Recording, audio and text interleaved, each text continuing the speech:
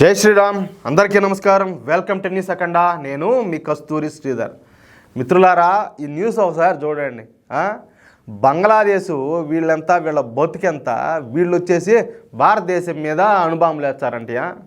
చూడండి ఒకసారి ఈ న్యూస్ చూడండి, తర్వాత మాట్లాడదాం. బంగ్లాదేశ్ చుట్టూరా కూడా మన దేశమే ఉంటుంది. ఇక బంగ్లాదేశ్లో 70% ఈ ఎగుమతులు దిగుమతులు మన దేశం ద్వారానే జరుగుతూ ఉంటాయి. అదేవిధంగా బంగ్లాదేశ్కు అతిపెద్ద మార్కెట్ కూడా మన భారతదేశమే.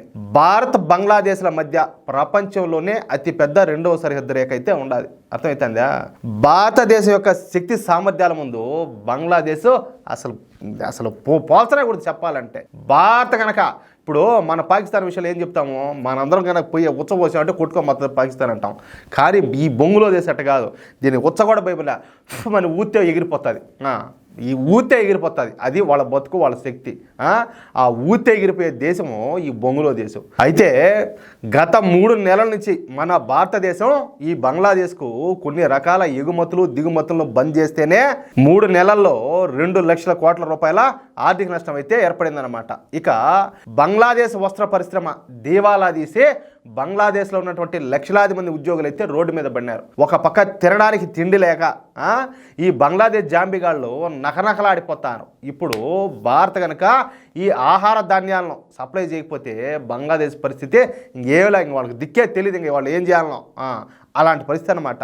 అలాంటి బంగ్లాదేశ్ ఇప్పుడు మన భారతదేశానికి వార్నింగ్ ఇస్తుంది. అది కూడా అణుబాంబులు వేస్తామని వార్నింగ్ ఇస్తారు. చూడయ్యా, అయితే ఈ ప్రకటన చేసింది బంగ్లాదేశ్ ప్రభుత్వం కాదు. ఒకవేళ బంగ్లాదేశ్ ప్రభుత్వమే కనుక ఈ ప్రకటన చేసినట్టే మన భారతదేశం యొక్క రియాక్షన్ వేరొక లెవెల్లో ఉండిండు. అది ఏ దాంట్లో డౌటే లే. కానీ ఈ ప్రకటన చేసింది బంగ్లాదేశ్ మాజీ సైనికాధికారి, అదేవిధంగా ఈయన మాజీ ఎంపీ అన్నమాట.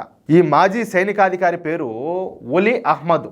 ఈ ఒలీ అహ్మద్ బంగ్లాదేశ్లో కల్నల్గా పనిచేశాడు. ఇక ఈ బంగ్లాదేశ్ సైనికాధికారి అయినటువంటి ఈ ఒలీ అహ్మద్ మాట్లాడతా, నరేంద్ర మోడీ సాబ్ మీరు నిప్పుతో చెలగాటం ఆడతారు. ఇలా గుడిగాలి నిప్పు అంటే ఈ బొంగ్లా దేశంలో నిప్పు అంటే ఏనండి. మీరు కూడా బంగ్లాదేశ్ను తీవ్ర ఇబ్బందుల పాలు చేస్తారు.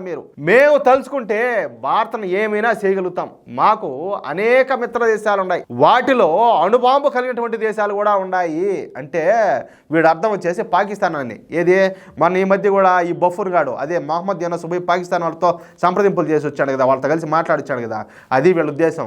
మా మిత్ర దేశాలు మా దేశం కోసం ఏం చేయడానికైనా కూడా రెడీగా ఉన్నాయి. మరి మొన్న మీ మొహమ్మద్ సాడిపి అప్పుడినాడు పాకిస్తాన్ మొహాన్ని ఊసి పంపించాడే, మాకే దిక్కులేదు మీకు ఆడించామని.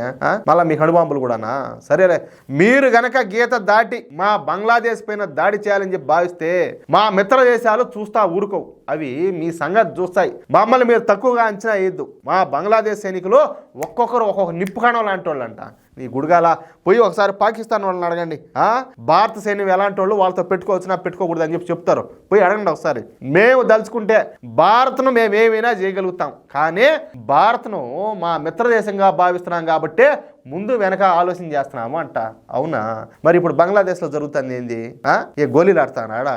ఏం జరుగుతుంది అంటాలే తెలీదా? అంటే ఏడుండేవాళ్ళు తెలియదన్నా, ఎండేవాళ్ళు ఎయిర్ పుష్పాలనే, లేకపోతే మీరు మేధావులనే, ఏంది మీ ఉద్దేశము? కానీ భారతదేశం ఏ మాత్రం మా పైన దాడి చేసినా మేము అణుబాంబులతో భారత పైన అయితే మేము విరుచుకొని పడతామని మాట్లాడినాడు. ఊరి నీ పాసుగా అన్నారా? ఊరి అందరూ బెదిరించే మేము ఎట్రా బతికేదేడా? ఈయన గారు చెప్పడము భారత్ను సర్వనాశనం చేయడానికి కూడా మేము వెనకాడము, మా సత్తా చూపిస్తామంట.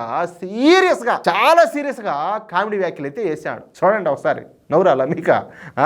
అయితే ఇదంతా కూడా నిజమని చెప్పి నమ్మినటువంటి ఆడనే పక్కన ఉంటారు కదా దీనివల్ల ఈ మాట్లాడేటప్పుడు ఈ బంగ్లాదేశ్ జాంబిగాళ్ళ వాళ్ళందరూ కూడా ఈ మాజీ సైనికాధికారి ఈ మాట్లాడేటువంటి మాటలకు అబ్బా ఓళ్ళేయడము, సప్పట్లు కొట్టడం, వీళ్ళ ఆనందం పట్టసకం కాల ఆ మాట చేశారు. అంతా వాళ్ళ భలే ఎంటర్టైన్మెంట్ అనిపించింది ఇదంతా కూడా. ఇదొక కామెడీ. ఎందుకంటే బంగ్లాదేశ్ జాంబిగాళ్ళంతా కూడా ఎందుకు పనికిరాని చిల్లరగాళ్ళు అనమాట. వీళ్ళు చేసే పనులు చిల్లర పనులే. వీళ్ళు ఎత్తుకుంటే పనులు అటాటి పనులు ఎత్తుకుంటారు. అంతేందుకు వీళ్ళు విదేశాల్లో వారు ఉంటారు కదా, ఇప్పుడు కువైట్ కావచ్చు, దుబాయ్ కావచ్చు, సౌదీ కావచ్చు, వీళ్ళు చేసే ప్రధానమైన పని ఏంటి అంటే రోడ్లు ఊడ్చే పనులు. అర్థం అవుతుందా? అంటే రోడ్లు ఊడ్చే వాళ్ళని నేను తక్కువ చేసి మాట్లాడడంలే, కానీ వీళ్ళు ఏ పని ఎంచుకోరు. వీళ్ళు ఎంచుకునేది ఆ పనే. ఏది? దాని ద్వారా ఏంటంటే ఈ చెత్త అంతా ఏరుకోవచ్చు, ఈ ప్లాస్టిక్ బాటిల్లో అవి ఇవి ఏరుకోవచ్చు, ఏమన్నా దొరుకుతాయి, లేకపోతే ఏమన్నా దొంగతనం చేస్తారు, చేస్తారు ఈ గ్యాప్లో. ఎందుకంటే రోడ్లు పడదొస్తూ ఉంటే ఈ ఇంట్లో ఎవరు ఉండారు, ఆ ఇంట్లో ఎవరు ఉండారని చెప్పి చూస్తూ ఉంటారు. ఏడైనా అవకాశం పడితే దొంగతనాలు చేస్తారు, ఈ పిక్ పాకెటింగ్లు చేస్తారు, ఇవన్నీ కూడా చేయొచ్చు. అందుకని చెప్పేసి ఈ చిల్లర ముండా కొడుకులంతా కూడా ఈ చిల్లర పనులు ఎత్తుకుంటారనమాట. అర్థమవుతుందా? కానీ వీళ్ళకి మాత్రం ఏది నిజమో ఏది అబద్ధమో, వాళ్ళ సామర్థ్యం ఎంత, వాళ్ళ దమ్ము ఎంత, ఇది మాత్రం వాళ్ళకి ఏం తెలియదు. ఒకసారి కనుక యుద్ధంలోకి దిగితే పరిణామాలు ఏ విధంగా ఉంటాయి అన్న విషయాలు వీళ్ళకి ఏమి తెలియదు. అంటే అసలు ఏబిసిడీలు రానకుండా కొడుకులు అనమాట వీళ్ళందరూ కూడా. అందుకే ఈ మాజీ సైనికాధికారి ఈ ఓలీ అహ్మద్ చేసినటువంటి వ్యాఖ్యలు నిజం అనుకొని నమ్మి ఈ బంగ్లాదేశ్ జాంబీగాళ్ళంతా ఎగిరెగిరి వాళ్ళు వేసాను, ఊరికే కూడా కాదు. కానీ ఏదో ఒకరోజు భారతదేశం అయితే వీళ్ళ దోలైతే తీర్చకమందు, అది మాత్రం పక్క ఆ రోజు తొందరగా రావాలని చెప్పి నేను ఎదురు చూస్తున్నా. ఏమంటారా? నేను చెప్పేది కరెక్టేనా కాదా? ఆ రోజు కోసం ఖచ్చితంగా నేనైతే ఎదురు చూస్తున్నా. మీరు మీ ఉద్దేశం ఎట్టున్నదో నాకు తెలియదు, కానీ నేను చెప్పేది కనుక కరెక్టే అని చెప్పి మీకు అనిపిస్తే మిత్రులారా ఈ న్యూస్ నలుగురికి షేర్ చేయండి. అదేవిధంగా తప్పనిసరిగా ఈ వీడియో చూస్తున్నటువంటి ప్రతి ఒక్కరు కూడా మీ యొక్క అమూల్యమైన అభిప్రాయాలను కామెంట్ రూపంలో తెలియజేయండి. ఇప్పుడు వేలాది మంది చూస్తూ ఉంటారు, కొడితే కామెంట్ బాక్స్ అంటే నిండిపోవాలి, అట్నే యూట్యూబ్ వాడికే షాక్ పుట్టాలి, ఇదేంద్రా స్వామి ఈ వీడియోలకి ఎన్ని కామెంట్లు వస్తున్నాయని చెప్పి. ఎందుకంటే మన దేశభక్తిని మన దమ్ముని అక్కడ చూపించాలి. అదేవిధంగా మిత్రులారా ప్రతి ఒక్కరు కూడా ఈ దేశాన్ని ధర్మాన్ని ప్రేమించి ఆరాధించే ప్రతి ఒక్కరు కూడా మా ఛానల్ సబ్స్క్రైబ్ చేసుకోండి. ఎందుకంటే మీరే మాకున్నంత బలం, మీరే మా నమ్మకం. ప్లీజ్, జై శ్రీరామ్.